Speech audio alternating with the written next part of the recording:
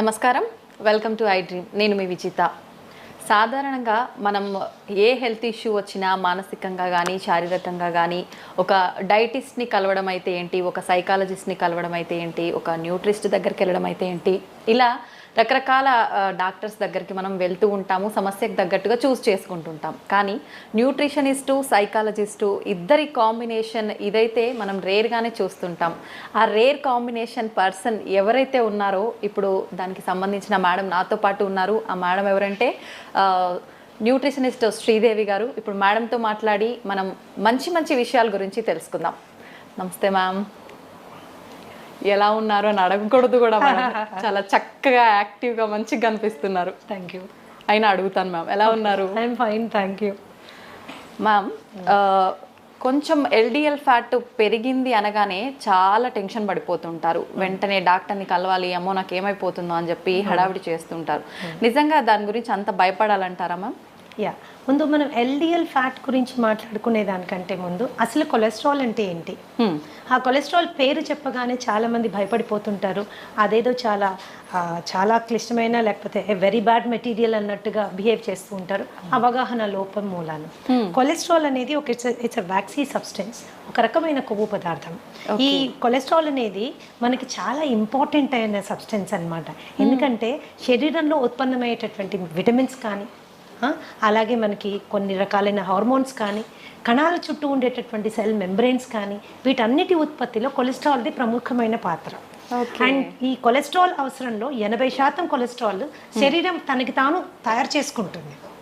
20% మాత్రమే మనకి ఆహారం ద్వారా వస్తుంది. కానీ కొన్ని రాంగ్ ఫుడ్స్ తీసుకున్నప్పుడు ఆ శాతం పెరిగే అవకాశం ఉంటుంది. ఈ కొలెస్ట్రాల్ ఏంటంటే శరీరంలోని అన్ని భాగాలకి ట్రాన్స్పోర్ట్ అవ్వడం చాలా ఇంపార్టెంట్. అలా ట్రాన్స్పోర్ట్ అవ్వడానికి, since it is not water soluble, నీళ్ళల్లో కరగదు కాబట్టి బ్లడ్లో వెళ్ళాల్సిన అవసరం ఏర్పడుతుంది. అయితే ఈ బ్లడ్లో ట్రాన్స్ఫర్ చేయడానికి కూడా దానికి ఒక రకమైన ప్రోటీన్ అవసరం. ఆ ప్రోటీన్ని వెహికల్గా తీసుకుని బ్లడ్లో ట్రాన్స్పోర్ట్ అవుతుంది. దాన్ని లైపోప్రోటీన్స్ అంటారు. లైపోప్రోటీన్స్ 2 రకాలుగా ఉంటాయి. ఎల్డిఎల్ ప్రోటీన్ ఒకటి, హెచ్డిఎల్ ప్రోటీన్ ఒకటి. ఎల్డిఎల్ అంటే low density lipoprotein, HDL is high density lipoprotein. మరి ఈ ఎల్డిఎల్ని ఎందుకు మనం బ్యాడ్ కొలెస్ట్రాల్ అనుకుంటాము, ఎందుకు దాని పేరు చెప్పి అది కొద్దిగా ఇంక్రీజ్ అయినప్పుడు ఎందుకు భయపడతాం? కారణం చాలా సింపుల్ అమ్మ. లైపోప్రోటీన్ ఏదైతే ఎల్డిఎల్ లో డెన్సిటీ లైపోప్రోటీన్ ఉంటుందో, దీని గుణం ఏంటి అంటే కొన్నిసార్లు ఎక్కువగా రక్తంలో దాని మోతాదు ఎక్కువగా ఉన్నప్పుడు కొన్ని పదార్థాలతో కలిసి అది గుండెలో ఉన్నటువంటి రక్తనాళాల్లో plaque formation or plaque formation అవుతుంది. అంటే చిన్న స్కేల్స్ లాగా తయారైపోయి అక్కడ పేరుకుపోతుంది అనమాట. అక్కడ పేరుకోవడం మూలాన అథెరోస్క్లిరోసిస్ అని, కరోనరీ ఆర్టరీ డిజీజ్ అని, స్ట్రోక్ అని, ఇలాంటివన్నీ వచ్చేదానికి అవకాశం ఉంటుంది. కాబట్టి ఎల్డిఎల్ అనేది బ్యాడ్ కొలెస్ట్రాల్. అది కనుక మనకి పెరిగినట్లయితే గుండె సంబంధిత వ్యాధులు వచ్చేదానికి చాలా అవకాశం ఉంటుంది. కాబట్టి దాని గురించి తప్పనిసరిగా కేర్ తీసుకోవాల్సిన అవసరం ఉంది. కేర్ తీసుకోవాలి కానీ భయపడాల్సిన అవసరం ఏమీ లేదు. ఎందుకంటే ఇవన్నీ ఆహారం మూలాన వచ్చినవి. ఎల్డిఎల్ అనేది పెరిగింది మన ఆహారం మూలాన వచ్చింది. ఆహారంతోనే సెట్ చేసుకోవచ్చు. దానికి ప్రత్యేకంగా మెడిసిన్ నేను ప్రపోజ్ చేయను. ఎందుకంటే because I'm A therapeutic nutritionist. మేము ఆహారం ద్వారా దాదాపు 80 రకాల జబ్బుల్ని హ్యాండిల్ చేస్తాము, 30 రకాల ఇన్ఫెక్షన్స్ని హ్యాండిల్ చేస్తాము, 12 రకాల క్యాన్సర్స్ని హ్యాండిల్ చేస్తాము, ఇంక్లూడింగ్ అడిక్షన్స్. దాదాపు 15-20 రకాల అడిక్షన్స్, ఫోబియాస్, ఇవన్నీ కూడా మేము ఆహారం ద్వారా హ్యాండిల్ చేస్తాం. Without medicine, without medication. ఎందుకు అంటే నాకున్న ప్రత్యేకత ఏంటి అంటే ఐఎమ్ ఏ సైకోసోమాటిక్ హీలర్ అనమాట. మనిషికి ఉన్న మనస్సుకి, శరీరానికి 2 రకాల రుగ్మతల్ని కూడా ఆహారం ద్వారా మనము సాల్వ్ చేస్తాము. So it is not a problem at all. LDL పెరగడం అస్సలు మంచిది కాదు. పెరిగిందన్న సందర్భంలో ఆహారపు అలవాట్లలో మనకి ఏవి డిఫెక్టివ్ అలవాట్లు ఏమున్నాయి అని చూసుకుని వాటిని సరిదిద్దుకుంటే ఈజీగా తక్కువైపోతుంది. 8 నుంచి 10 వారాల్లో ఈజీగా నార్మల్ లెవెల్కి వచ్చేస్తుంది. అయితే పెరిగితే అనుకున్నాం కదా మేడం, అసలు ఎంత మోతాదు ఉండాలి, దానికి మించి ఎంత పెరిగితే పెరిగినట్టు? అడల్ట్స్కి ఎల్డిఎల్ 100 వరకు ఉండడము లిమిటేషన్. సో 125 to 140 వరకు ఇట్స్ అ వార్నింగ్ సిగ్నల్. మనం జాగ్రత్త తీసుకోవాలి. 140 దాటితే మాత్రము it is a serious warning signal that can lead to lot of problems. అది గుండె సంబంధిత వ్యాధుల వైపు మనం వెళ్ళడానికి మనని పూర్తిగా ఇచ్చేస్తుంది అనమాట. కాబట్టి ఎప్పుడైతే మనకి 100 to 140 మధ్యలో ఎల్డిఎల్ వాల్యూస్ చూపిస్తున్నాయో, 150 140 చూపిస్తున్నాయో, ఇట్స్ ఎ వార్నింగ్ సిగ్నల్ అనమాట. వెంటనే మనము ఆహారపరమైన మార్పులు చేసుకుంటే ఆ లెవెల్ని కిందకి తీసుకొచ్చేసి, అంటే అంత సీరియస్ కండిషన్లో ఉన్నప్పుడు కూడా వితౌట్ మెడికేషన్ ఓన్లీ ఫుడ్ ద్వారానే ట్రీట్ చేయొచ్చు. ఇది 140 150 అనేది it is a warning signal అమ్మా. దానికంటే ఎక్కువగా ఉన్నప్పుడు కూడా మనం వెనక్కి తీసుకురావచ్చు. Okay, all kinds of fats can be reduced ఆహారపు అలవాట్లు మార్చడం. ఓకే, అంటే ఇప్పుడు మనం ఇంట్లో ఒక ఫుడ్ ప్రాపర్గా ఏం చేయాలి, ఏం తీసుకుంటే పెరిగింది, అట్లాంటి ఒక జనరల్గా ఫ్యాట్ పెరగడం అనగానే ఆయిల్స్ ఎక్కువగా వాడటం వల్లే ఇట్లాంటి ఒక ఆలోచన ఉంటుంది కదా మేడం. నిజంగా ఆయిల్స్ అయినా ఫుడ్ వల్ల కూడా ఎక్కువగా పెరిగింది? లైక్ దిస్ అమ్మా, మనం తీసుకునే ఆహారంలో చాలా పదార్థాలు తీసుకోకూడనివి ఉన్నాయి, కానీ మనకు అలవాటు అయిపోయింది. అది అలవాటు అయిపోయింది. ఒక్కసారి తింటే ఏమవుతుందిలే అనుకుంటాం, ఇవి ఒక్కసారి అనుకుంటాం. ఆ ఒక్కసారి కాస్త అలవాటు కింద మారిపోతుంది. ఫర్ ఎగ్జాంపుల్ ఎల్డిఎల్ కొలెస్ట్రాల్ మనం కనుక తీసుకుంటే all kinds of you know trans fats అంటాం. అంటే మార్జరీన్ ఎందులో వాడతాము? మన పఫ్ మేకింగ్లో, పిజ్జా మేకింగ్లో, చాలా వాటిలో, నాట్స్ ఇన్ పిజ్జా, చాలా బేకరీ ఐటమ్స్లో మార్జరీన్ వాడతారు. అలాగే Dalda is hydrogenated oil. Dalda కూడా, ఈ డాల్డా ఇలాంటివి ప్లస్ బ్రెడ్ స్ప్రెడ్స్ ఇప్పుడు చాలా వచ్చేస్తున్నాయి. ఈజీగా స్ప్రెడ్ అవుతుంది, ఇది సంతోషపడిపోతాం. అది ఈజీగా ఎల్డిఎల్ పెంచేస్తుంది, ఈజీగా కొలెస్ట్రాల్ పెంచేస్తుంది. సో ఇలాంటి కొవ్వు పదార్థాలు మనకి they will do lot of harm అన్నమాట. అలాగే ఈ ఆల్ కైండ్స్ ఆఫ్ జంక్, మైదాతో తయారు చేసినవి. ఇంకొకటి రిఫైన్డ్ ఆయిల్ మీద కూడా చాలా రీసెర్చ్ జరిగింది. రిఫైన్డ్ ఆయిల్ కూడా గుండె సంబంధిత జబ్బులు రావడానికి, ఎల్డిఎల్ పెరగడానికి కాంట్రిబ్యూట్ చేస్తోంది అని సపోర్ట్ చేయడానికి చాలా రీసెర్చ్ ఉంది. చాలా రీసెర్చ్ ఉంది. ఎప్పటి వరకైతే మనము గానుగు నూనెల మీద మనము వంట చేసుకుంటే అలవాటు ఉండిందో అంతవరకు గుండె సంబంధిత జబ్బుల సంఖ్య ఎస్పెషల్లీ ఇన్ ఇండియా చాలా తక్కువగా ఉండేది. గుండె జబ్బు అంటే అది డబ్బున వాళ్ళ జబ్బు అనేవాళ్ళు, కానీ ఈ రోజు ఏంటంటే ప్రతి ఒక్కరికి వచ్చేసరికి అందుబాటులో ఉండే వస్తువులాగా అయిపోయింది.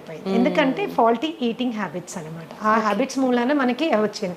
అలాగే రెడ్ మీట్ బాగా ఎక్కువ తినేవాళ్ళు, మటన్, బీఫ్, పోర్క్ ఇలాంటివి చాలా ఎక్కువగా, అంటే వారంలో ప్రతిరోజు తినేవాళ్ళు, అధిక మోతాదులో తినేవాళ్ళు, వాళ్ళల్లో కూడా మనకి తేడాలు కనిపిస్తాయి.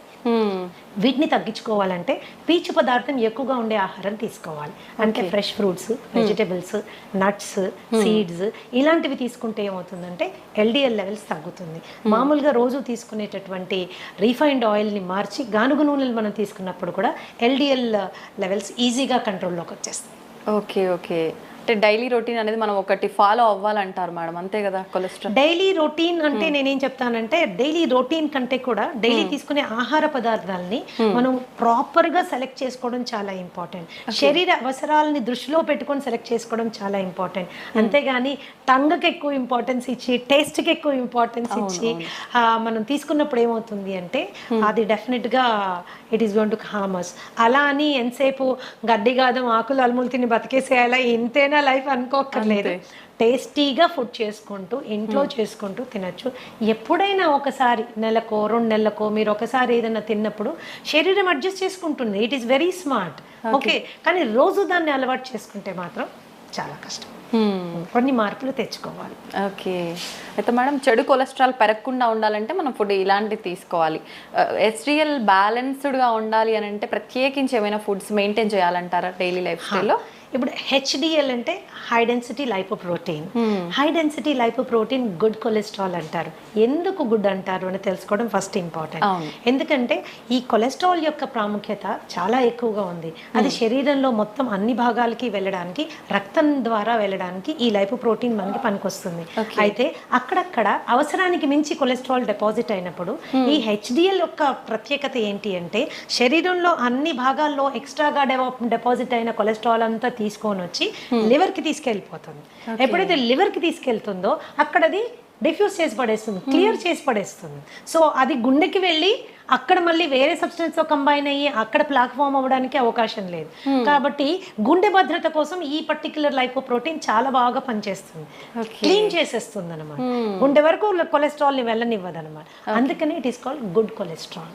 Good cholesterol. సో మనం రోజు తీసుకునే ఆహారాల్లో మనకి చక్కటి కొలెస్ట్రాల్ ఇచ్చే ఆహారాలు చాలా ఉన్నాయి. సో వాటిని మనం ఇంక్లూడ్ చేసుకోవడం. See I always profess an inclusive kind of diet. మనం ఏమేమి తినాలి అనే దాని మీద ఎక్కువగా ఫోకస్ చేయాలి. ఏమేమి తినకూడదు అనేది అది సెకండరీ అన్నమాట. ఏవేవి ఇంపార్టెంట్. అలానే హెల్త్ ఈజ్ నాట్ డిస్టేస్ట్ఫుల్ అమ్మా, హెల్త్ ఈజ్ టేస్టీ. మనం చేసుకునే పద్ధతిని బట్టి ఆధారపడి ఉంటుంది. హెచ్డిఎల్ మనం హెచ్డిఎల్ కొలెస్ట్రాల్ మనకు పెరగాలి అంటే there is the humble avocado. Avocado is one of the best sources for HDL cholesterol. Okay, అలాగే నీకు నట్స్ ఉన్నాయి, సీడ్స్ ఉన్నాయి, వాల్నట్స్ ఉన్నాయి, ఇవన్నీ కూడా మనకి చాలా. అలాగే ఆవు నెయ్యి బ్రహ్మాండంగా హెచ్డిఎల్ పెరుగుతుంది. అది కూడా నాటావు నెయ్యి. నాటావు నెయ్యి బ్రహ్మాండమైనటువంటి గుణాలు కలిగి ఉంటుంది. ధృతం అంటారు దాన్ని. మాకు ఒక్కొక్కసారి ఒక సత్సంగంలో ఉన్నప్పుడు గురువుగారు చెప్పారు, పాతకాలంలో ధృతం అంటే ఏంటి అంటే చనిపోయిన వాళ్ళలో కూడా ప్రాణ ప్రతిష్ఠ చేయగలిగినటువంటి అద్భుతమైన గుణం కలిగింది అని అర్థమట. మరి అది నిజమో కాదో నాకు తెలియదు, కానీ ఆయన చెప్పిన విషయం నాకు చాలా నచ్చింది. ఇంకో మాట కూడా ఏం చెప్పారంటే ఆస్తులు అమ్ముకైనా ధృతం కొనుక్కొని దాంతో తినాలన్నారు. అంటే నెయ్యికున్నటువంటి ప్రాముఖ్యత అది. కొద్ది కాలం ఏంటంటే నెయ్యి తింటే లావైపోతారు, నెయ్యి తింటే కొలెస్ట్రాల్ వస్తుంది. ఇది చాలా తప్పమ్మా. ఎస్పెషల్గా మనం ఇంట్లో ఆవు పాలు కొనుక్కొని చేసుకునే నెయ్యి అతి శ్రేష్టం. రీసెంట్గా ఒక రీసెర్చ్ నేను I would like to share with you. చపాతీలు పూరీలు మనని డయాబెటీస్ వైపు నొట్టి పడేస్తున్నాయి అన్నది అందరికీ తెలుసు. ఈవెన్ పుల్కా కావచ్చు, చపాతి, గోధుమ పిండి. అయితే అదే గోధుమ పిండి చేసిన రొట్టె మీద నెయ్యి రాసుకుని తింటే మాత్రము కొద్దిగా దాని గ్లూకోజ్ లెవెల్స్ తక్కువగా వస్తున్నాయి అన్నది లేటెస్ట్ రీసెర్చ్. అంటే నెయ్యికున్న ప్రాముఖ్యత అలాంటిది అనమాట. మనం ఇంట్లో తయారు చేసుకునే వెన్నపూస, మజ్జిగ జీలికి వచ్చే వెన్నపూస, లేకపోతే మనం ఇంట్లో తయారు చేసుకునే నెయ్యి, ఇవన్నీ చాలా they are very good fats అనమాట. హెచ్డిఎల్ లెవెల్ పెరగడానికి చాలా చాలా బాగా పనిచేస్తాయి. సో ఇట్లా మనము కొద్దిగా అవగాహన పెంచుకుంటే అంత లైఫ్లో పెద్దగా కాంప్రమైజ్ అవ్వాల్సింది ఏమీ లేదు. అంత కాంప్రమైజ్ అవ్వాల్సింది ఏమీ లేదు. చిన్న చేంజెస్ మాత్రమే, చాయిసెస్లో చిన్న చేంజ్ చేసుకోవాలి. ఏది మనకి కావాలి, ఏది మనకి వద్దు. ఈ చిన్న చేంజెస్ చేసుకుంటే కొలెస్ట్రాల్ ఇబ్బందే కాదు అసలు. ఎంత సింపుల్ గా చెప్పేస్తున్నారు. మా అందరికి అది ఒక పెద్ద భూతద్దంలో పెట్టి చూస్తున్నట్టు. అండ్ యాక్చువల్గా ఏంటంటే ఇంకొక రీసెర్చ్ ఏం చెప్తుందంటే కొద్ది మందిలో ఇన్ సమ్ పీపుల్ ఏమవుతుందంటే కొలెస్ట్రాల్ కి సంబంధించిన మందులు వాడినప్పుడు అది ఏమవుతుందంటే it is leading to increase in blood glucose levels, diabetes పెరిగేదానికి అవకాశం ఉంది అని కొన్ని రీసెర్చ్ చెప్తున్నాయి. కాబట్టి మెడిసిన్ వాడడం కంటే ముందు ఆహారపు అలవాట్లని జాగ్రత్తగా గమనించి ఒక క్వాలిఫైడ్ థెరప్యూటిక్ న్యూట్రిషనిస్ట్ దగ్గరికి వెళ్ళి ప్రాపర్గా డయాగ్నోస్టిక్ టెస్ట్లు చేసుకుని ఏది ఎక్కువ ఉంది, ఏది తక్కువ ఉంది, ఏది ఎలా తగ్గించుకోవాలి అని అవగాహన పెంచుకుని జస్ట్ 8 నుంచి 10 వారాల్లో మీ లిపిడ్ ప్రొఫైల్ని మీరు క్లీన్ చేసేసుకోవచ్చు. ఒక్కటే సలహా ఏంటి అంటే కేవలం ఏదో యూట్యూబ్లో వీడియో చూసో లేకపోతే ఫేస్బుక్లో పోస్ట్ చూసో స్వంత వైద్యం చేసుకుంటే మాత్రము it is going to be little difficult. ఏదైనా సైంటిఫిక్ గా హ్యాండిల్ చేయాలి. మ్యామ్, నెయ్యి విషయానికి వస్తే మీరు ఇందాక నెయ్యి గురించి చెప్పారు కాబట్టి చాలా మంది నెయ్యి ఫుడ్ తో కాకుండా డైరెక్ట్ స్పూన్ తో తింటూ ఉంటారు. అట్లా తీసుకోవడం మంచిదే అంటే తాగుతూ ఉంటారు. ఎందుకంటే ఆవు నెయ్యిలో ఉండేటటువంటి గుణం ఏంటి ఉందంటే ఇట్ ఈస్ అది డైజెస్ట్ అయ్యాక మనకి బ్యూట్రిక్ యాసిడ్ ఫామ్ అవుతుంది. అందరికీ తెలుసుకోవాల్సిన విషయం ఏంటంటే మన మొత్తం మాయల పకీరు ప్రాణం చిలకలో ఉన్నట్టు మనిషి యొక్క ఆరోగ్య రహస్యం అంటే మానసిక ఆరోగ్యం కానీ శారీరక ఆరోగ్యం కానీ మన పొట్టలో పేగుల్లో ఉందన్నమాట. ఈ పేగుల్ని గట్ అంటారు. ఈ గట్లో 4300 రకాలైనటువంటి సూక్ష్మక్రిములు ఉన్నాయి. దీంట్లో మంచివి ఉన్నాయి, చెడ్డవి ఉన్నాయి. మంచివి ఎప్పుడు కూడా అధిక సంఖ్యలో ఉండడం మన ఆరోగ్యానికి చిహ్నం అన్నమాట. మంచివి పెంచడానికి అవసరమైనటువంటి తైలం నెయ్యి. సో నెయ్యి మీరు కూరల్లో వేసుకొని చేసుకోవచ్చు, అన్నంలో మొదటి ముద్దలో వేసుకొని తినచ్చు, గోరువెచ్చని నీళ్ళల్లో కలుపుకొని తాగొచ్చు, ఏదన్నా చేయొచ్చు. ఈ అన్ని రూపాల్లో మీరు తీసుకునే నెయ్యి మీ గట్ హెల్త్కి చాలా ఉపయోగపడుతుంది. ఆ నెయ్యి మరి ఎలాంటి నెయ్యి తీసుకోవాలి, that is an important question. Okay, ఆ నాటావు నెయ్యి అతి శ్రేష్టం. దాన్నే A2 ఘీ అంటారు. ఓకే, సో మనం ఇంట్లో చేసుకుని చాలామంది A2 పాలు కొనుక్కుంటున్నారు, ఆవు పాలు కొనుక్కుంటున్నారు. మీరు తోడు పెట్టి మీరు తీసి మిగడ్లోంచి చేసే వెన్న నెయ్యి యూ కెన్ యూజ్ ఇట్. అది చాలా శ్రేష్టం అనమాట. ఓకే మ్యామ్, కొలెస్ట్రాల్ విషయానికి వస్తే లివర్కి కొలెస్ట్రాల్ వచ్చింది అని చెప్పి చాలామంది టెన్షన్ పడుతూ ఉంటారు కదా, దానికి ఎటువంటి ఆహార పదార్థాలు తీసుకుంటే? లివర్కి కొలెస్ట్రాల్ కాదమ్మా, it is actually called fatty liver. Fatty liver. Fatty liver రెండు రకాలుగా ఉంటుంది, alcoholic fatty liver and non alcoholic fatty liver. Okay, ఇప్పుడు నాలాంటి దాని దగ్గరికి ఎవరైనా ఫ్యాటీ లివర్ ఆల్కహాలిక్ వచ్చారనుకోండి, actually as a therapist I'm happy. ఎందుకంటే కొట్టి ఆల్కహాల్ బంద్ చేయించేస్తే ఫ్యాటీ లివర్ చాలా వరకు కంట్రోల్లో వచ్చేస్తుంది అనమాట. అది కేవలము ఆల్కహాల్ ప్రేరితంగా అక్కడ ఫ్యాట్ డిపాజిట్ అవుతుంది అనమాట. But non alcoholic fatty liver disease is very dangerous. ఇది రాముడు బుద్ధిమంతుడు అంటాడు కదా, స్మోక్ చేయడు, బయటకు వెళ్ళి ఏమి తినడు, ఇష్టం వచ్చినట్టు బిహేవ్ చేయడు, అలాంటి వాళ్ళకి వచ్చేటటువంటి ఫ్యాటీ లివర్ కండిషన్ ని non alcoholic fatty liver condition అంటారు. దానికి మనము చాలా ఆహారపరమైన జాగ్రత్తలు తీసుకోవాలి. మరి ముఖ్యంగా కార్బోహైడ్రేట్ విపరీతంగా తినడం తగ్గించేసుకోవాలి. అలాగే ట్రాన్స్ ఫ్యాట్స్ మనం తీసుకోవడం తగ్గించుకోవాలి. అలాగే ఎల్డిఎల్ లెవెల్ కంట్రోల్లో ఉండేటట్టుగా మనం చూసుకోవాలి. ఈ ఫ్యాటీ లివర్ వచ్చిన వాళ్ళలో చాలా మందికి fatty liver is sometimes considered as a predisposing character for diabetes. అంటే షుగర్ రావడానికి ముందు చాలా మందికి ఫ్యాటీ లివర్ వచ్చేస్తుంది. దాన్ని చాలా తేలికగా తీసుకుంటారు. ఏం లేదండి, కాస్త ఎక్సర్సైజ్ చేయండి, కాస్త ఇలా ఉండండి, కాస్త అలా ఉండండి అని. That is not the way. You have to take it serious. ఎందుకంటే ఈ ఫ్యాటీ లివర్ స్టేజ్ 1 నుంచి స్టేజ్ 2, స్టేజ్ 2 నుంచి స్టేజ్ 3, అక్కడి నుంచి ఫైబ్రోసిస్, సిరోసిస్, క్యాన్సర్ వరకు వెళ్ళే అవకాశం ఉంటుంది. కాబట్టి దాన్ని ఈజీ తీసుకోవడానికి వీల్లేదు. So basic foods for example కీరా జ్యూస్ బ్రహ్మాండంగా పనిచేస్తుంది ఫ్యాట్లో లివర్ తీసేయడానికి. నిమ్మరసము, ఓకే, ద హంబుల్ నిమ్మరసం, కాస్టే లేదు దాన్ని. So health is actually very economic, inexpensive అనమాట. చిన్న అవగాహన మనం తెలుసుకుంటే we will able to do it అనమాట. అండ్ ఫ్యాటీ లివర్ ఉంది అని మనకి ఎప్పుడు డౌట్ వస్తుందంటే, కొద్దిగా కుడివైపు బొజ్జ అంటే చేతులు కాళ్ళు సన్నగానే ఉన్నాయి, పొట్ట మాత్రమే ముందుకు వస్తుంది. ఎస్పెషల్లీ కుడివైపు మనం చెయ్యి వేసుకుని అంటే కొద్దిగా గట్టిగా కూడా తగులుతోంది అంటే వెంటనే వెళ్ళి ఒకసారి ఫ్యాటీ లివర్ చెక్ చేసుకోవడం చాలా చాలా ఇంపార్టెంట్. డయాబెటీస్ వచ్చింది అనుకుంటే కూడా వచ్చిన డయాబెటీస్ డిటెక్ట్ అయిన తర్వాత కంపల్సరీ ఫ్యాటీ లివర్ వెళ్ళి చెక్ చేసుకోవడం చాలా ఇంపార్టెంట్. ఏ స్టేజ్ లో ఉంది, దట్ ఈస్ ఇంపార్టెంట్. దాన్ని కూడా తగ్గించుకుంటూ వెళ్ళాలి మనం, దట్ ఈస్ ఇంపార్టెంట్. ఇది కూడా మోతాదు ఏమైనా ఉంటుందా మ్యామ్, పర్సంటేజ్ ఫ్యాటీ లివర్? అట్లా కాదంటే మీరు అల్ట్రాసౌండ్ అబ్డామెన్ కి వెళ్ళినప్పుడు వాళ్ళు చెక్ చేసి మీకు గ్రేడ్ చెప్పేస్తారు. ఓకే, ఆ రిపోర్ట్ బట్టి మనకి స్టేజ్ 1 లో ఉన్నారా, స్టేజ్ 2 లో ఉన్నారా, స్టేజ్ 3 లో ఉన్నారా తెలిసిపోతుంది. Okay okay ma'am, dairy products విషయానికి వస్తే ఏవి తీసుకోవాలి, ఏవి తీసుకోకూడదు? నిజంగా కొంతమంది చెప్తుంటారు డైరీ ప్రొడక్ట్స్ స్కిప్ చేయడమే మంచిది, ఇప్పుడు అన్నిట్లో హార్మోన్కి సంబంధించిన ఇంజెక్షన్లు ఇలాంటివన్నీ వస్తున్నాయి కాబట్టి అని. నిజంగా ఏవి తీసుకుంటే బాగుంటుంది మ్యామ్? నేను గతంలో కూడా చాలాసార్లు చెప్పానమ్మా. చాలా మంది వాదనకి కూడా దిగుతారు. మన తాతలు, తండ్రులు, ముత్తాతలు అందరూ పాలు తాగారు, ఇప్పుడు మీరెందుకు చెప్తున్నారు పాలు తాగకూడదని? పాలు డెఫినెట్ గా ఇట్స్ ఏ హోల్సమ్ ఫుడ్. మరి పిల్లలకి ప్రోటీన్ ఎలా వస్తుంది, పిల్లలకి మనకి కాల్షియం ఎలా వస్తుంది, ఇవి రెండు మనకు కావాలంటే పాలు తాగాలి కదా. మన చిన్నప్పటి నుంచి తాగాం కదా, ఇప్పుడు మీరు కొత్తగా ఇలాంటి వింత విషయాలు చెప్తున్నారు ఏంటి అని. సో తప్పులు మీరు చెప్పింది కూడా కరెక్టే. ఎప్పుడో మన తాతల తండ్రులంతా పాలు తాగారు, కానీ అప్పుడు ఆవులు వేరు, అప్పుడు పాలు వేరు. ఇప్పుడు ఆవులు వేరు, ఇప్పుడు పాలు వేరు. ఓకే, సో ఇప్పుడు చాలా సందర్భాల్లో మనం ప్యాకెట్ పాలు తెచ్చుకుంటే అవి అసలు పాలో కాదో మనకు తెలియదు. పాలల్లో నీళ్లు కలిపారనుకోండి, that is a healthy thing. అంటే ఓన్లీ నీళ్లు ఉన్నాయని సంతోషపడచ్చు మనం, కానీ నీళ్లు కాకుండా ఇంకెన్నెన్నో కలిపేస్తే అవి విషమై మనని ఎన్నో విధాలుగా మనని ఇబ్బంది పెడుతున్నాయి. మిల్క్ మీరు తీసుకున్నట్లయితే దాని ప్రోటీన్ కంటెంట్ కానీ, దాని కాల్షియం కంటెంట్ కానీ, నాన్ మిల్క్ సోర్సెస్ చాలా ఉన్నాయి. మీ మునగాకు తీసుకోండి, ఓకే, ఫర్ ఎగ్జాంపుల్ టేక్ మునగాకు. నువ్వులు తీసుకోండి, దానిలో ఉన్న కాల్షియం కానీ, దానిలో ఉన్న ప్రోటీన్ కానీ. మునగాకు పచ్చిదానికంటే కూడా ఎండు పౌడర్ ఏదైతే ఉంటుందో, మునగాకు పౌడర్ ఏదైతే ఉంటుందో బ్రహ్మాండంగా కాల్షియం లెవెల్స్ అనమాట. ఓకే, ఎన్నో రెట్లు పాల కంటే ఎక్కువగా ఉంటుందని. ఒక స్పూన్ రోజు తీసుకుంటే సరిపోతుంది. ఎలా తీసుకోవచ్చు మేడం? కాంబినేషన్ మజ్జిగలో కలిపి తీసుకోవచ్చు, నీళ్ళలో కలిపి తీసుకోవచ్చు. దాన్ని పొడి కింద తయారు చేసుకుని కాస్త వెల్లుల్లిపాయలు, జీలకర్ర, ఎండుమిరపకాయలు వేసి దాన్ని పొడి కింద చేసుకొని అంత నెయ్యి వేసుకొని మొదట ముద్ద గట్టిగా కలుపుకొని తినచ్చు. టేస్టీ ఉంటుంది, హెల్త్కి హెల్త్ వస్తుంది.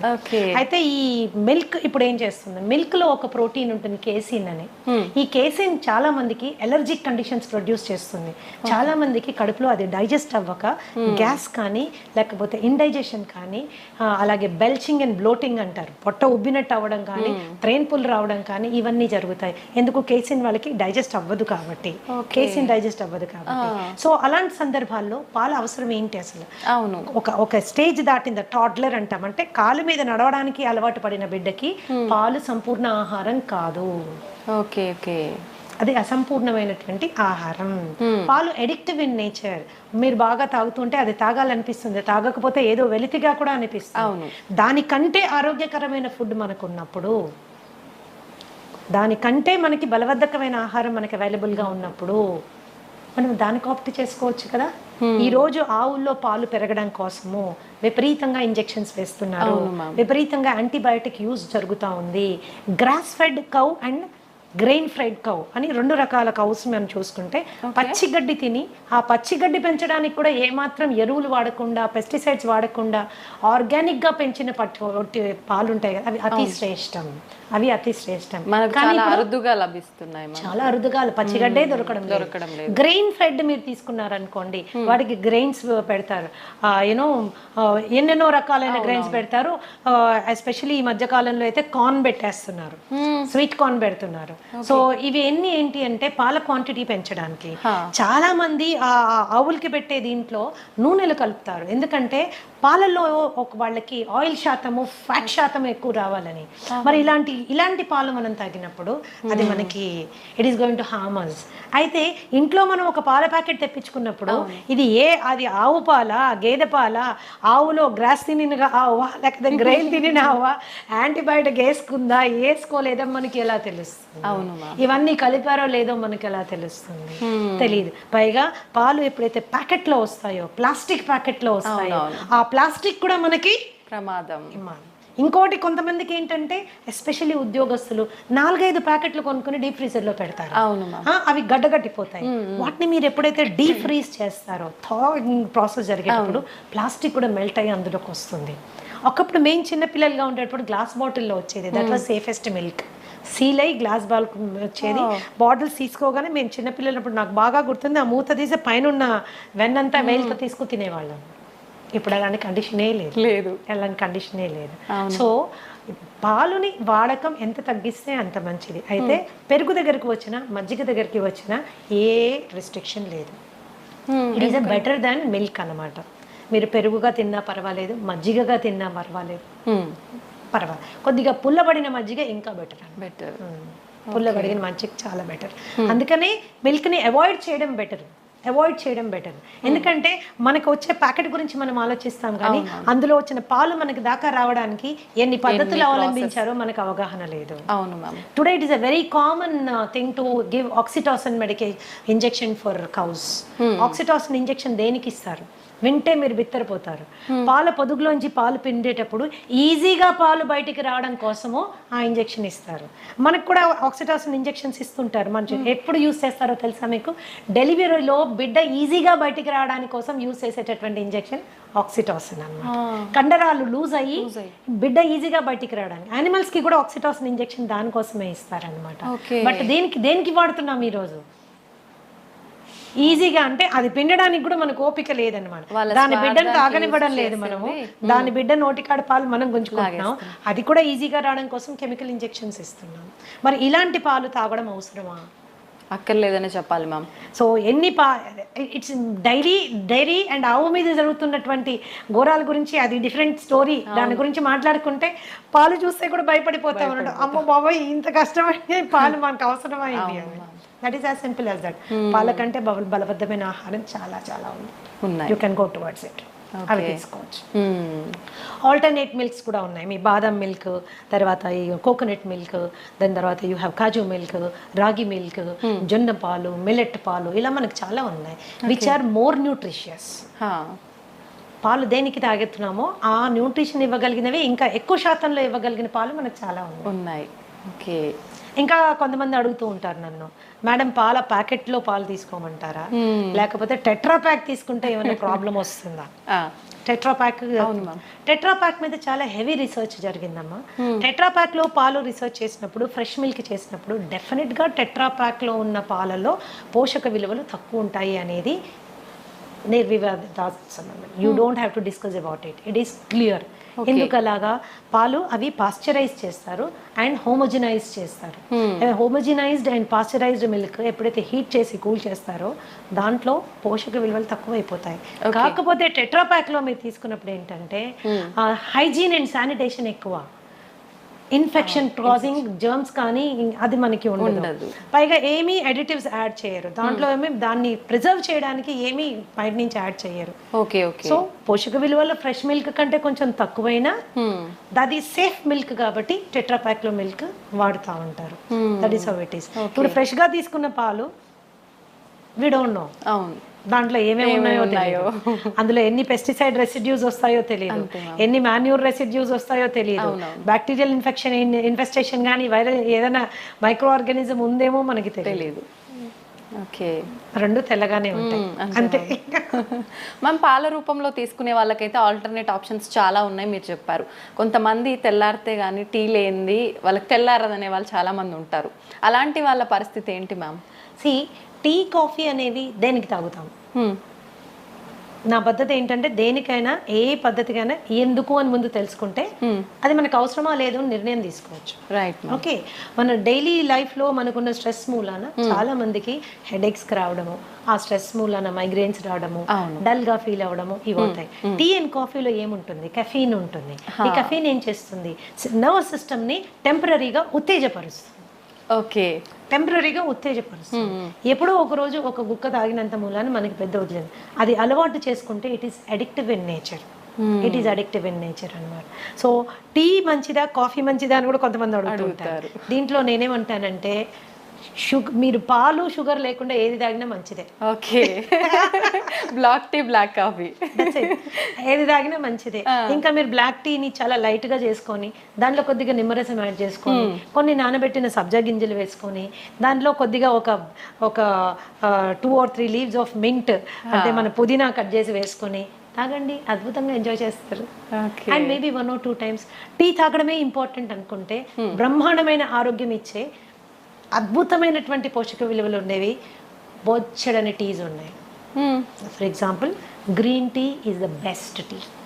ఓకే, గ్రీన్ టీ అంటే డిప్ టీ కాదండి. గ్రీన్ టీ ఆకులు తెచ్చుకోవాలి, ఒక చిన్న ఇన్ఫ్యూజర్ కొనుక్కోండి. అంటే ఒక కప్పులో ఇంకో కప్పు ఉంటుంది, దానికి చిన్న హోల్స్ ఉంటాయి. దాంట్లో మనం గ్రీన్ టీ లీవ్స్ ఒక స్పూన్ వేసుకుని హాట్ వాటర్ వేసుకుంటే ఇన్ఫ్యూజ్ అయ్యి the best thing will come on. Green tea is anti inflammatory and it is anti cancerous. మన మెటబాలిజంకి చాలా బాగా పనిచేస్తుంది. You know it is good for everything. కానీ ప్రతిదీ తీయగా ఉండాలంటే కష్టం. ప్రతిదీ తీయగా ఉండాలంటే మనకి కష్టం. సరే తీయగా ఉండాలి అనుకుంటే మీరు దాంట్లో న్యాచురల్ రా హనీ వేసుకోవచ్చు. బట్ అది ఇంకొక స్కామ్. మనకి ఏది హనీయో ఏది బెల్లం మడ్డో ఏది యూనో చక్కెరపాకమో మనకి తెలుసుకోలేము, అంత టైం కూడా లేదు. That is how it is. Organic గా చేసినటువంటి బెల్లం పౌడర్ కొంతమంది వాడుకుంటారు, పర్వాలేదు, అది కూడా పర్వాలేదు. As long as remaining conditions అన్ని నార్మల్ గా ఉన్నప్పుడు మనకి ఇవన్నీ పెద్దగా కాంట్రిబ్యూట్ అవ్వాలి. రిమైనింగ్ కండిషన్స్ నార్మల్ పెట్టుకోవడం చాలా ఇంపార్టెంట్. ఎన్నో రకాల టీ ఉందమ్మా. ఫర్ ఎగ్జాంపుల్ హైబిస్కస్ టీ అని ఉంటుంది, మందార పువ్వులు ఆకులు రెక్కలతో చేసింది. జాస్మిన్ టీ ఉంది. there are so many teas. మేమైతే మా ట్రీట్మెంట్ ప్రొసీజర్స్లో దాదాపుగా నేను 25 రకాల టీలు వాడతాను. ఓకే, ఇవి మంచి ఆరోగ్యం వైపు నా క్లయింట్స్ అందరినీ తీసుకెళ్ళడానికి చాలా ఉపయోగపడుతుంది.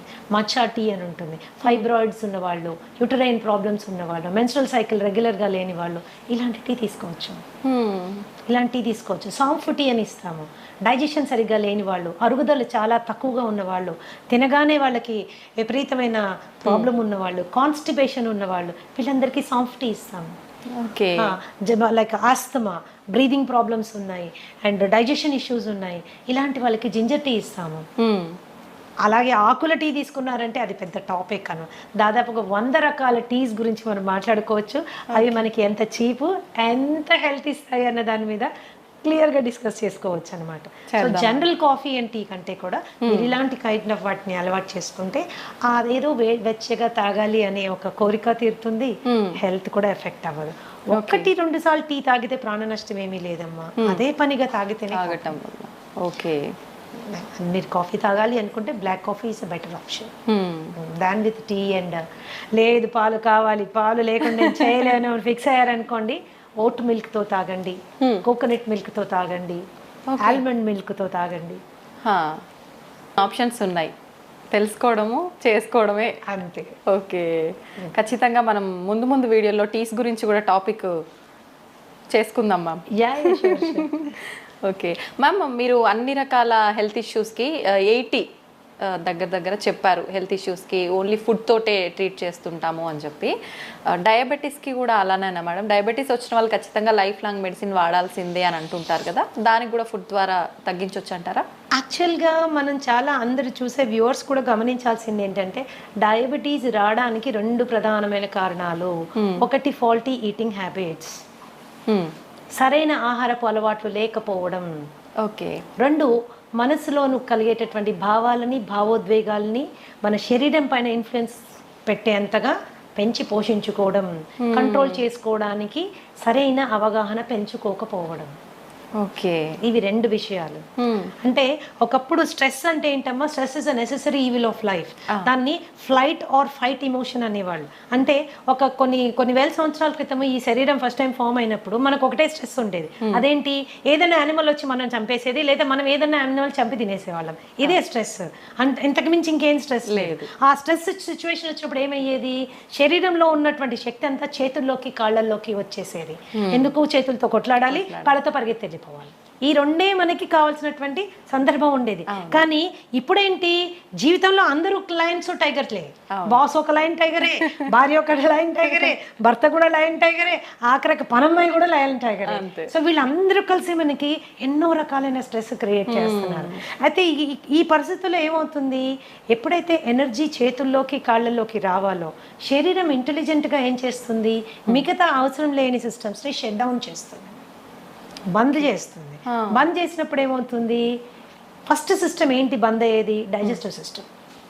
అందుకనే స్ట్రెస్ఫుల్గా ఉన్నప్పుడు తిన్నది అరగదు, తిన్నది అరగదు, ఒక రకంగా మనకి డిఫరెంట్ గా ఉంటుంది. ఓకే, ఎందుకు అది క్లోజ్ అయిపోయింది. తర్వాత అది రిలాక్స్ అయిపోయి మళ్ళీ స్టార్ట్ అయినప్పుడు ఏంటి, మళ్ళీ అంటే డైజెషన్ ప్రాసెస్ కొద్దిగా ఆగి జరుగుతుంది అనమాట. It is not giving us proper ఇది. అండ్ ఇంకొకటి, డయాబెటీస్కి వచ్చేసరికి చాలా మంది ఓన్లీ 3 రకాల టెస్టులు చేసుకొని ఆ డయాబెటీస్ని హ్యాండిల్ చేయాలనుకుంటారు. అంటే for example fasting sugars, post lunch sugars, ఇప్పుడు HbA1c, ఈ 3 మాత్రమే చేసుకుని వాళ్ళు డయాబెటీస్ని కంట్రోల్ చేసుకోవడానికి రకరకాల మందులు తీసుకుని ముందుకు వెళ్తూ ఉంటారు. నేనేమంటానంటే, ఏ జబ్బు మనకి వచ్చినా రూట్ కాజ్ తెలుసుకోవడం చాలా ఇంపార్టెంట్. నాకు డయాబెటీస్ ఎందుకు వచ్చింది, వై. సో మా దగ్గర మేము ట్రీట్మెంట్ చేసేటప్పుడు కూడా ఖచ్చితంగా రూట్ కాజ్ అనాలిసిస్ అని 13 రకాల బ్లడ్ టెస్ట్లు చేయిస్తాం to understand the inside of a person, లోపల ఏం జరుగుతోంది. చాలా మటుకు మనకి అవుట్వర్డ్గా మనకి సిమ్టమ్స్ తెలియవు. అవును ma'am, we don't feel it. వెళ్ళి చెక్ చేసుకుంటే కానీ మనకి తెలియదు. That is how it is. And ఈ డయాబెటీస్ వచ్చిన వాళ్ళు టైప్ 2 డయాబెటీసా, టైప్ 1 డయాబెటీసా, బేసిక్ వాళ్ళు తెలుసుకోవాల్సి ఉంటుంది మనకి. ఒకవేళ టైప్ 2 డయాబెటీస్ మనం మాట్లాడుకుంటే సి పెప్టైడ్ అని ఒక టెస్ట్ ఉంటుంది. సీరం ఫాస్టింగ్ సి పెప్టైడ్ అంటే ఏం భోజనం చేయకుండా సి పెప్టైడ్ టెస్ట్ చేసుకుని ఆ సి పెప్టైడ్ వాల్యూ మనకి ప్యాంక్రియాస్ ఎంత పనిచేస్తుంది, ప్యాంక్రియాస్ పని చేయకపోవడం మూలానే డయాబెటీస్ వస్తుంది. కాబట్టి ప్యాంక్రియాస్ పనితీరు ఏ విధంగా ఉంది, ఎంత ఇన్సులిన్ ప్రొడ్యూస్ చేయగలుగుతుంది అనేది ఎస్టిమేట్ చేయడము very very very very important. అది ఎప్పుడైతే మనం ఎస్టిమేట్ చేసుకుంటామో, ప్యాంక్రియాస్ ప్రొడక్షన్ బాగానే ఉంది అనుకుంటే 100% మనకి డయాబెటీస్ రివర్సిబుల్ అవుతుంది.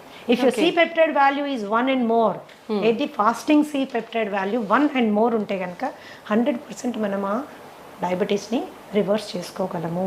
కానీ 1 కంటే కిందకి వెళ్ళిపోతున్నప్పుడు, 5.5 కంటే కిందకి వెళ్ళిపోతున్నప్పుడు it is going towards type 1 diabetes అన్నమాట. ఈ టెస్ట్ చేయకుండా, ఈ నిర్ధారణ కాకుండా దాన్ని హ్యాండిల్ చేయడం అనేది నా ప్రకారము I feel it's a defective way of looking at it. Okay. Okay. And మనం అనుకుంటాం వైట్ రైస్ తినడం మూలాన, ఇంకోటి తినడం మూలాన, షుగర్ తినడం మూలాన. చాలా మంది నా క్లయింట్స్ వచ్చి చెప్తాను, నేను షుగరే తినట్లేదు మేడం, ఎప్పుడో మానేసాను, నోరు కట్టేసుకున్నాను, అయినా షుగర్ పెరిగిపోతుంది అని. సో మీరు ఏం తిన్నా అది షుగర్ కింద మారుతుంది, ఓకే. ఏం తిన్నా అది షుగర్ కింద మారుతుంది. అంటే మరి అన్ని తినడం మానేసేమా? చాలా మంది ఈ షుగర్ పేషెంట్స్ వీక్ అయిపోతారు, ఎందుకంటే భయపడిపోతారు. అమ్మో ఇది తిరిగితే షుగర్ పెరుగుతుంది, అది తింటే షుగర్ పెరుగుతుంది, అది తినకూడదు, ఇది తినకూడదు, అది మానేయండి, ఇది మానేయండి. అది కాదు, ఫస్ట్ లోపల ఏం లోపాలు ఉన్నాయో తెలుసుకోవాలి. ఓకే. లోపల ఏం లోపాలు ఉన్నాయో తెలుసుకోవాలి. వైటమిన్ డి లెవెల్స్ ఎన్ని ఉన్నాయో మనకు తెలియాలి. And there is direct and indirect relationship between vitamin D levels and diabetes. అది మనం ఖచ్చితంగా తెలుసుకోవాలి. B12 ఎంత ఉంది, దానికి దీనికి కనెక్షన్ ఏంటి? వైటమిన్ సి, దాని పరిస్థితి ఏంటి, దానికి డయాబెటీస్కి కనెక్షన్ ఏంటి? Lots of research is available. ఎంతసేపటికి మనము షుగర్ లెవెల్ని తగ్గించడం మీదనే ఫోకస్ చేయడం బదులుగా శరీరానికి కావాల్సిన శక్తిని, దానికి కావాల్సిన విటమిన్స్ని, దానికి కావాల్సిన మినరల్స్ని, దానికి కావాల్సిన ప్రతి పోరాడే వెపన్ని మనం ఇచ్చాము అనుకోమా, అది డయాబెటీస్ని తన్ని బయటికి తరిమేస్తుంది. That's what it is. It's very simple అన్నమాట. కాబట్టి it is a lifestyle disorder. అది లైఫ్ స్టైల్ అంటేనే మనం పద్ధతులు సరైన నిద్ర లేదు, సరైన ఆహారం లేదు, తీసుకునే ఆహారం టైం ప్రకారం తీసుకోము, అవును, అండ్ విపరీతమైన స్ట్రెస్. ఈ స్ట్రెస్ని మేనేజ్ చేసుకునే దానికి కూడా మనము ఎటువంటి జాగ్రత్త తీసుకోము. అందుకే మా దగ్గరికి వచ్చినప్పుడు మేము ఏం చేస్తామంటే డయాబెటీస్ని మేము వెనక్కి తీసుకెళ్లే టైంలో, because I'm a psychosomatic healer, ఖచ్చితంగా మానసిక ఒత్తిడిని తగ్గించేటటువంటి ఆహారము, శారీరకమైనటువంటి అవసరాలు అంటే దాని vitamins and mineral balances support చేసేటటువంటివి పెట్టుకుంటూ వెళ్తాం. కాబట్టి ఓకే, ధనాధన్ షుగర్ లెవెల్స్ పడడం స్టార్ట్ అవుతాయండి. ఒకసారి షుగర్ లెవెల్స్ పడడం స్టార్ట్ అయితే మెడికేషన్ డోసేజ్ నెమ్మదిగా తగ్గించుకుంటూ వెళ్తాము. ఒకసారి అలా తగ్గించుకుంటూ వెళ్ళి 1 fine day ఆ మెడిసిన్ ఎత్తిపడేస్తాము. ఓకే, ఈ స్టేజ్ని రెమిషన్ స్టేజ్ అంటారు. Remission is purely temporary stage of health. Okay. So చాలా మందికి ప్రాబ్లం ఏమొస్తుందంటే తగ్గి నార్మల్ అవ్వగానే తగ్గిపోయింది కదా, సో సింపుల్ అనేసి మళ్ళీ నెక్స్ట్ డే నుంచి అన్ని మొదలు పెడతారు. పైనుంచి ఒక కంప్లైంట్ చేస్తారు, ఏంటి మేడం ఇది మళ్ళీ తినగానే వచ్చేసింది. నువ్వు ఫస్ట్ తిన్నావు కాబట్టి ఇది వచ్చింది, ఫస్ట్ ఫాల్టీగా తిన్నావు కాబట్టి ఇది వచ్చింది, కరెక్ట్ చేసుకున్నావు కాబట్టి తగ్గిపోయింది, కరెక్ట్ చేసుకుని మళ్ళీ బ్యాక్ వెళ్ళావు కాబట్టి మళ్ళీ వస్తుంది. సో నేనేమంటానంటే ఒక రెమిషన్ స్టేజ్ రాగానే మనం తీసుకున్న జాగ్రత్తని కనీసం 1 సంవత్సర కాలం గనక మనం అలాగే మెయింటైన్ చేసుకోగలిగితే అది రివర్సల్ అయిపోతుంది. ఓకే, అది రివర్సల్ అయిపోతుంది. డయాబెటీస్ తగ్గించుకోవడానికి ఆడ మగ తేడా లేదు, వయస్సుతో తేడా లేదు, మీ డయాబెటీస్ వయస్సు కూడా తేడా లేదు. అది 20 ఏళ్ళ నుంచి ఉంది, 15 ఏళ్ళ నుంచి ఉంది, 30 ఏళ్ళ నుంచి ఉంది, నేను టాబ్లెట్లు వేసుకుంటున్నాను, ఇన్సులిన్ వేసుకుంటున్నాను, ఏ దాన్నైనా మనం వెనక్కి పట్టుకెళ్ళచ్చు. చిన్న పిల్లల్లో కూడా ఇప్పుడు చిన్న పిల్లల కండిషన్ డిఫరెంట్ అమ్మా. That is called type 1 diabetes. Okay, type 1 diabetes వచ్చినప్పుడు మనము again C peptide fasting post lunch 2 చేసుకుంటాము. సి పెప్టైడ్ వాల్యూ చాలా తక్కువ ఉంటుంది. ఆ చాలా తక్కువ ఉన్నప్పుడు ఏంటంటే ఇన్సులిన్ ప్రొడ్యూస్ చేయలేకపోతుంది ప్యాంక్రియాస్ లో ఇన్సులిన్ రావడం లేదు కాబట్టి వాళ్ళు డయాబెటీస్ పార్ట్ వెళ్ళిపోయారు. సో ఈ పరిస్థితుల్లో మనం వాళ్ళకి 3 times వాళ్ళు ఇన్సులిన్ వేసుకోవాల్సి ఉంటుంది. ఇలాంటి పిల్లలకి అద్భుతంగా ఇన్సులిన్ రిక్వైర్మెంట్ తగ్గించేటటువంటి ఆహారం మనం ఇవ్వచ్చు.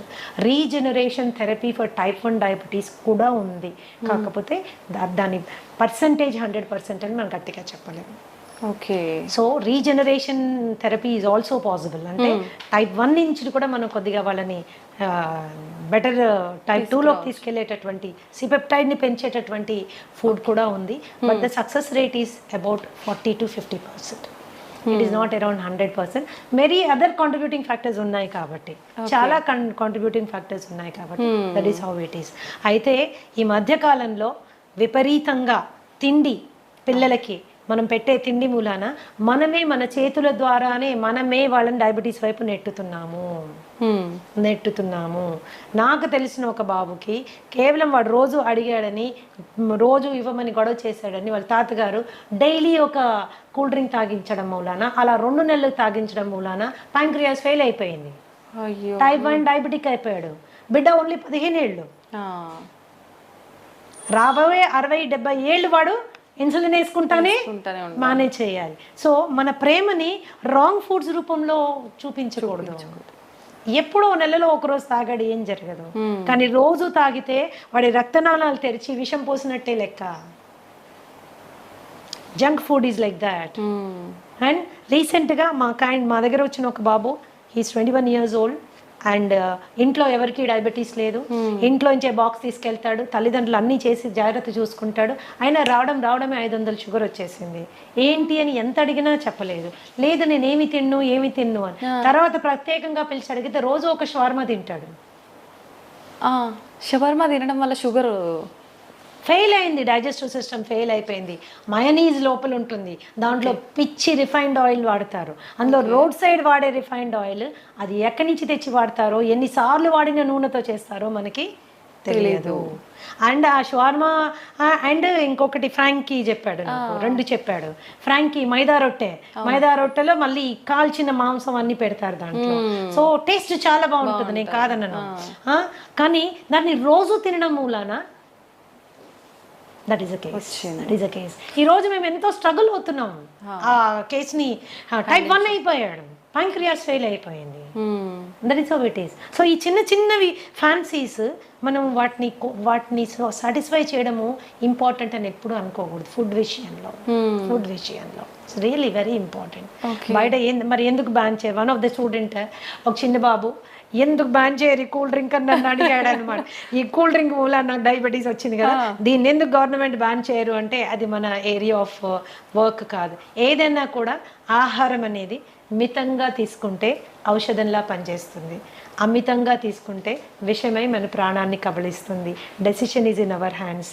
ఒకళ్ళు చెప్తే వచ్చేది కాదు, ఆ నిర్ణయం మనం తీసుకోవాలి. మన బిడ్డలు కూడా అటువంటి చక్కటి విచక్షణ జ్ఞానంతో ముందుకెళ్ళాలంటే ఆ అవగాహన మనం కల్పించాలి.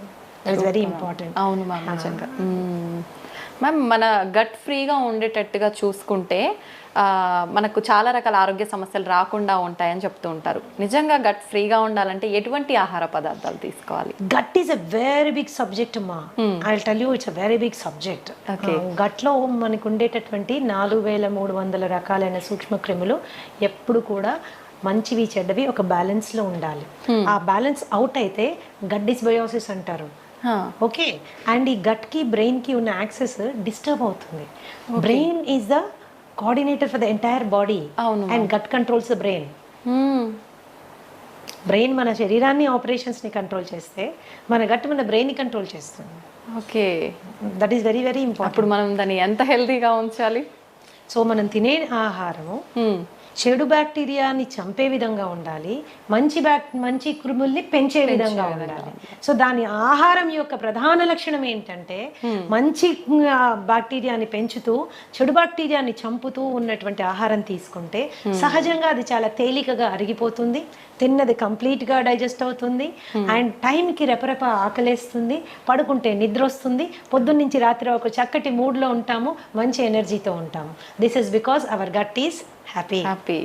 సో ఆల్ ద మనం తీసుకునే ఫుడ్స్ ఏవేవైతే చెడు బ్యాక్టీరియల్ గ్రోత్కి ప్రమోట్ చేస్తాయో అవి చాలా హ్యావక్ క్రియేట్ చేస్తాయి మన పొట్టలో.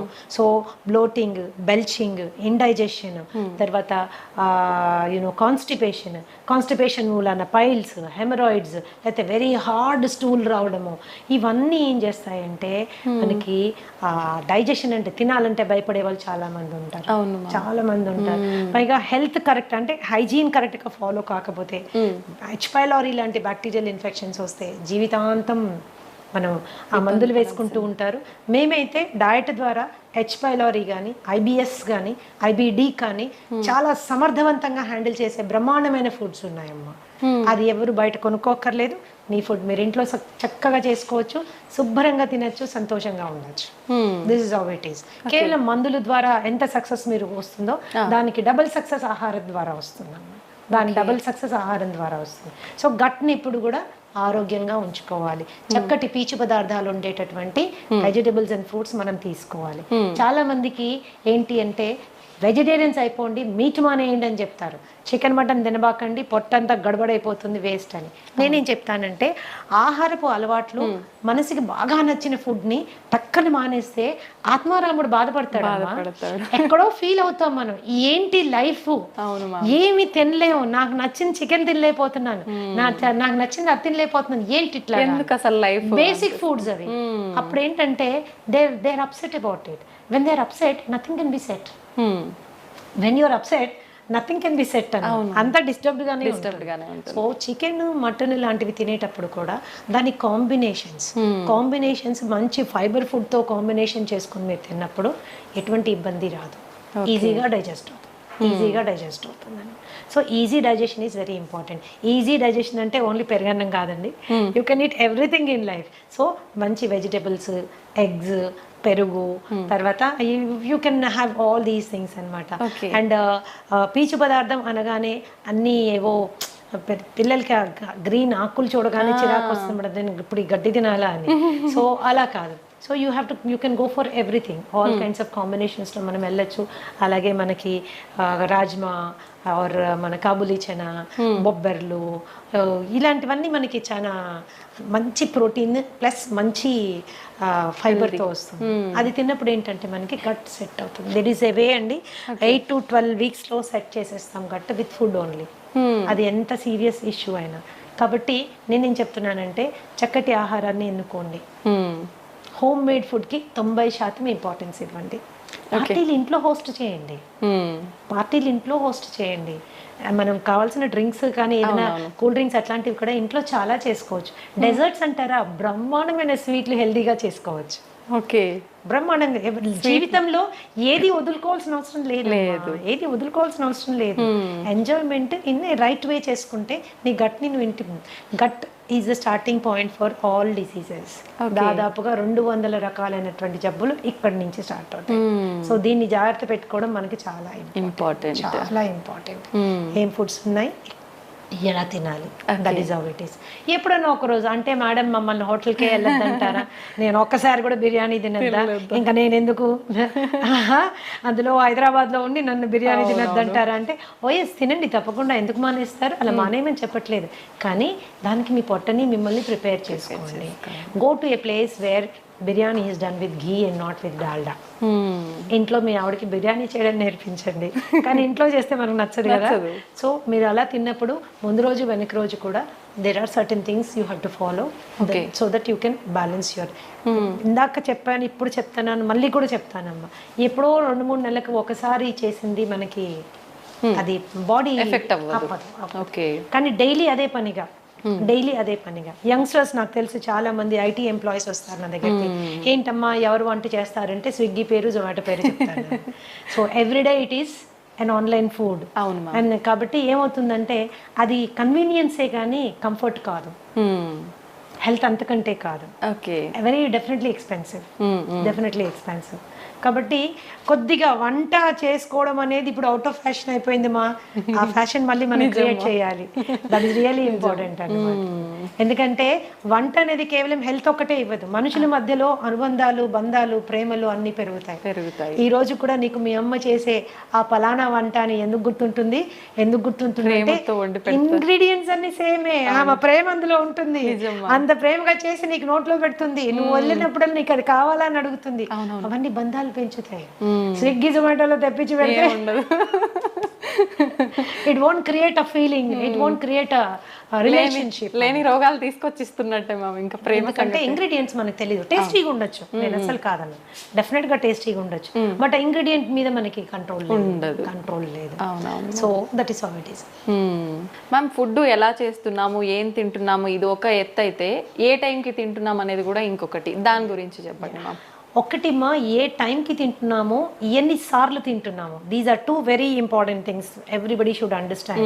సో రీసెర్చ్ ఈరోజు there is loads of research ఏం చెప్తుంది అంటే snacking is the worst habit. పొద్దున్న బ్రేక్ఫాస్ట్ తిన్నాము, మధ్యాహ్నం లంచ్ తిన్నాము, రాత్రికి డిన్నర్ తిన్నాము, ఇది ఎప్పుడు మనకి ట్రబుల్ క్రియేట్ చేయదు. ఓకే. పొద్దున బ్రేక్ఫాస్ట్ తిన్నాము, మధ్యలో టీ అండ్ స్నాక్స్ తిన్నాము, మధ్యాహ్నం మళ్ళీ లంచ్ తిన్నాము, 4 గంటలకు సమోసా తిన్నాము, 5 గంటలకు కాఫీ తాగాము, 6 గంటలకు టీ తాగాము, 7 గంటలకు 7:30కి వెళ్ళి మళ్ళీ డిన్నర్ తిన్నాము, రాత్రి 12ంటికి పడుకునేటప్పుడు స్విగ్గీలో ఏదో ఒకటి తెప్పించుకుని తిన్నాము. This is going to cost trouble. This leads to obesity. Okay. Extra calories మూలన వెయిట్ పుట్ ఆన్ అవ్వడం స్టార్ట్ అవుతుంది. వెయిట్ ఒకసారి పుట్ ఆన్ అయ్యారంటే ఒబెసిటీ అనేది ఏంటంటే ప్రపంచంలో అన్ని కండిషన్స్ కంటే అతి దారుణమైన పరిస్థితి. కొన్ని millions of people are dying because of obesity, అధిక బరువు మూలాన. Okay, so this is very important. ఏ రోజైనా ఇప్పుడు మీరు ఆ మధ్యలో తినే స్నాక్స్ని కట్ చేయండి, న్యాచురల్గా స్లిమ్గా అవ్వడం స్టార్ట్ అవుతారు, ఫేస్ కాంతివంతంగా అవుతుంది. Snacks will do a lot of. ఒకవేళ స్నాక్ తినవలసిన అవసరం వస్తే హెల్తీ ఆప్షన్ చెక్ చేసుకోండి, హెల్తీ ఆప్షన్ తీసుకోండి. ఎప్పుడైతే మీరు బాగా డీప్ ఫ్రైడ్ మైదాతో చేసినటువంటి సమోసాస్, కచోరీస్ ఇలాంటివి తిన్నారనుకోండి, తిన్న 10 నిమిషాల లోపల సివియర్ డిహైడ్రేషన్ అవుతుంది. ఓకే. దాహం వేస్తుంది. ఆ దాహం వేయగానే మనం ఏం చేస్తాం, కూల్ డ్రింక్ తాగుతాం. ఈ కూల్ డ్రింక్ తాగితే ఏమవుతుంది, బొచ్చడంత sugar will go into your blood stream. There is a spurt, sudden గా రేజ్ అవుతుంది, అవసరం లేని క్యాలరీస్. ఆ టైంకి మీరు టెంపరీగా ఎగ్జైటెడ్గా ఉంటారు. తర్వాత ఏమవుతుంది, 15 నిమిషాల లోపల ఈ రైజ్ అయింది టక్ అని పడిపోతుంది. It causes irritation, anxiety and depression. Okay. It is a cycle అన్నమాట. ఇది మన ఆలోచన విధానాన్ని, ఆహారపు అలవాట్లని, శరీర ఆరోగ్యాన్ని మొత్తంగా డిస్టర్బ్ చేసి పడేస్తున్నాను. సో ఆ టైంలో మీరు ఏదైనా హెల్దీ తీసుకోండి, ఫ్రూట్ తినడం అలవాటు చేసుకోండి. ఆకలి వేస్తుంది కదా, ఒక అరటిపండు తినండి, ఒక ఆపిల్ తినండి, దాంతోపాటు సీడ్స్ నట్స్ ఒక డబ్బాలో వేసుకొని పెట్టుకోండి, ఒక గ్రీన్ టీ పెట్టుకోండి, ఒక 3-4 స్పూన్లు నట్లు సీడ్లు తిని చక్కగా గ్రీన్ టీ తాగండి. కడుపులో ఫీలింగ్గా ఉంటుంది, హ్యాపీగా ఉంటుంది, హెల్దీ కూడా. అలాగే there are so many fillers. ఇప్పుడు మీ ఫూల్ మఖానా కానీ, మురమురాలు కానీ, అట్టుకులు కానీ, వీటితో ఎన్నో రకాలైనటువంటి హెల్దీ గ్యాసెస్ రాకుండా ఉండేటటువంటి చేసుకోవచ్చు. మరీ ఆకలి వేస్తుంది అనుకున్నప్పుడు తినచ్చు, అట్లాంటి no problem about it.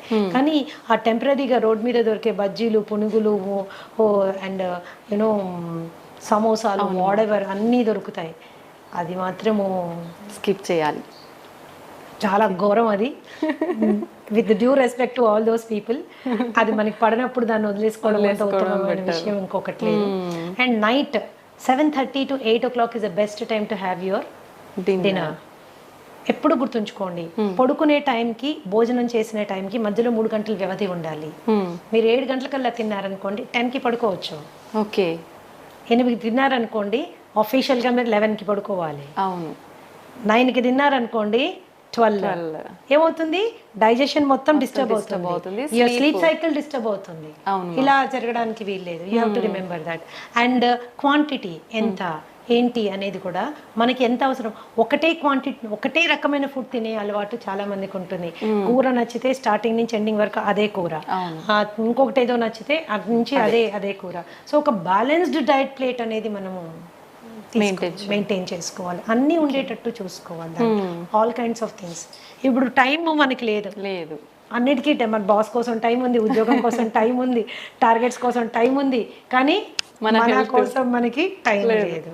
So ఈ థాట్ ప్రాసెస్లో కూడా కొద్దిగా మనం మార్పు తెచ్చుకోవాలి. యంగ్స్టర్స్ మరి ముఖ్యంగా ఏంటంటే మంచి తెలివితేటలతో ముందుకెళ్తున్నారు, పెద్ద పెద్ద ఉద్యోగాలు చేస్తున్నారు, లక్షల్లో సంపాదిస్తున్నారు, కానీ వాళ్ళ శరీరం గురించి వాళ్ళు పట్టించుకోవడానికి వాళ్ళకి టైం ఉండదు. దాన్ని ఎలా అయినా అకామిడేట్ చేసుకోవాలి. బ్రేక్ఫాస్ట్ కూడా సాధ్యమైనంత త్వరగా, మీల్కి మధ్యలో 3 గంటల గ్యాప్ ఉండాలి. 3 గంటల టైంలో మీరు కావాలంటే మంచినీళ్ళు తాగొచ్చు, సింపుల్. కావాలంటే మంచినీళ్ళు తాగొచ్చు. మరి ఏదైనా వర్క్ ప్రెషర్ మూలన కొద్దిగా తలనొప్పి వస్తుంది అన్నప్పుడు గ్రీన్ టీ తాగొచ్చు, జింజర్ టీ తాగొచ్చు, ఒక గ్లాస్ మజ్జిగ తాగొచ్చు, ఒక గ్లాస్ కొబ్బరి నీళ్ళు తాగొచ్చు. Okay, these are the best alternatives. ఆ స్నాకింగ్ మానేసేయాలి. ఎస్పెషల్లీ డయాబెటీస్ ఉన్న వాళ్ళైతే మీరు స్నాకింగ్ మానేసిన వెంటనే మీకు కనీసం ఒక 10-20 యూనిట్లు షుగర్ తగ్గుతుంది అనమాట. Okay, that's how it is. These are the important factors you have to remember. ఎప్పుడు బ్రేక్ఫాస్ట్ చక్కగా హెవీగా తీసుకోండి, దానికంటే కొద్దిగా తక్కువగా లంచ్, లైట్గా డిన్నర్. ఓకే లైట్గా డిన్నర్ అండి, so that you don't store all that on to your self. And తినగానే పడుకోవడము, తినగానే అరగంటలోనే నడిచేస్తుంటారు, అలా చేయకండి ప్లీజ్. 1.5 hour గ్యాప్ వచ్చాక కానీ మీరు నడవడానికి వీల్లేదు. Oh that is how it is. So ఇవి బేసిక్ మీల్ పీరియడ్స్ మీరు అండ్ మీకు నచ్చిన విధంగా మీరు తీసుకోవచ్చు. ఒక జనరల్ హెల్త్ ఫార్ములా చెప్తాను, ఒక general health formula which is good for everybody. So మనము ఇండియన్స్ ఏంటంటే especially south Indians starch oriented అంటే కార్బ్ ఓరియంటెడ్ డయట్లో మనం ఉంటాము. ఇప్పుడు మనకు అంతా రిఫైన్డ్ అండ్ పాలిష్డ్ ఫుడ్ కాబట్టి అది చాలా వరకు not doing lot of harm కాబట్టి ఒక చిన్న రేషియోలో మనం ఆహారం తయారు చేసుకోవచ్చు. ఏంటది? 20% ఫుడ్ కార్బోహైడ్రేట్. మీరు అందులో అన్నం తింటారో, ఒక పులక తింటారు, లేకపోతే ఒక జొన్న రొట్టె తింటారో, మీరు ఏం తింటారో ఒక 20% నుంచి 25% వరకు కార్బ్స్ వచ్చేటట్టు తినండి. అలాగే 30 నుంచి 35% వరకు please go for protein. Okay, గుడ్లు, పన్నీరు, తోఫు, చికెన్, తర్వాత మటన్ కూడా తీసుకోవచ్చు. మనం అంటే ఎవ్రీడే కాదు, జనరల్గా చెప్తున్నాను, అన్నీ ఇలా మీరు తీసుకోవచ్చు. అండ్ అట్లీస్ట్ 40% ఎనర్జీ కొవ్వులోంచి వచ్చేటట్టుగా మీరు డైట్ని మోడిఫై చేసుకుంటే, నెయ్యిలోంచి, కోకోనట్ ఆయిల్లోంచి, అవకాడోస్లోంచి, ఎస్ మనం తీసుకునే నట్స్ అండ్ సీడ్స్లోంచి మనకి ఎనర్జీ వచ్చేటట్టు పెట్టుకుంటే ఏమవుతుంది? It will balance your metabolism అనమాట. And especially lifestyle disorders like you know BP కానీ, షుగర్ కానీ, ఇలాంటివి, థైరాయిడ్ కానీ, ఇలాంటివి రాకుండా మనము సేఫ్ గార్డ్ చేసుకోవచ్చు. ఎప్పుడు కూడా 0 కార్బోహైడ్రేట్ డైట్ ఎవరు తినకూడదు.